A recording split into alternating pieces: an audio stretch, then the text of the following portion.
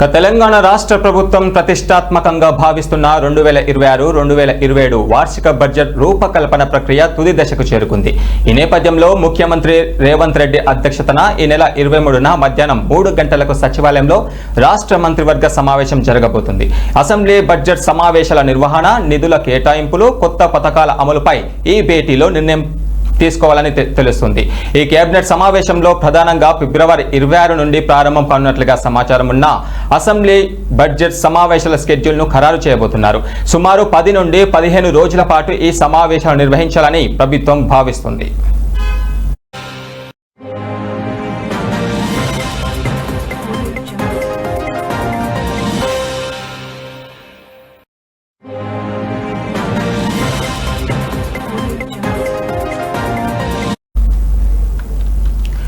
అంతేకాకుండా వివిధ ప్రభుత్వ శాఖల వారీగా నిధుల కేటాయింపులు, ముఖ్యంగా సాగునీటి ప్రాజెక్టులు, విద్య, వైద్య రంగాలకు ఇవ్వాల్సిన ప్రాధాన్యతపై చర్చించబోతున్నారు.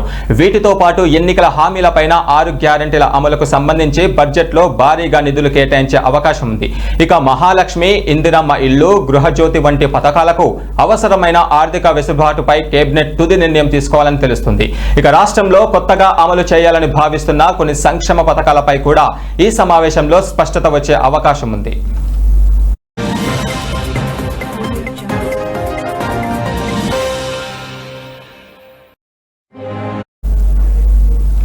అయితే గత బడ్జెట్ కంటే ఈసారి కేటాయింపులు మరింత వాస్తవికత దృక్పథంతో ప్రజల అవసరాలకు అనుగుణంగా ఉండేలా ఆర్థిక శాఖ కసరత్తు చేస్తుంది. కేంద్రం నుండి రావాల్సిన నిధులు, రాష్ట్ర స్వంత ఆదాయ వనరులపై కూడా మంత్రులు సమీక్షించబోతున్నారు.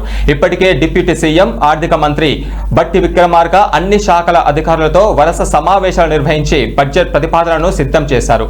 ఇక కేబినెట్ ఆమోదం పొందిన తర్వాత ఫిబ్రవరి చివరి వారంలో లేదా మార్చి మొదటి వారంలో బడ్జెట్ను శాసనసభలో ప్రవేశపెట్టే అవకాశం ఉంది.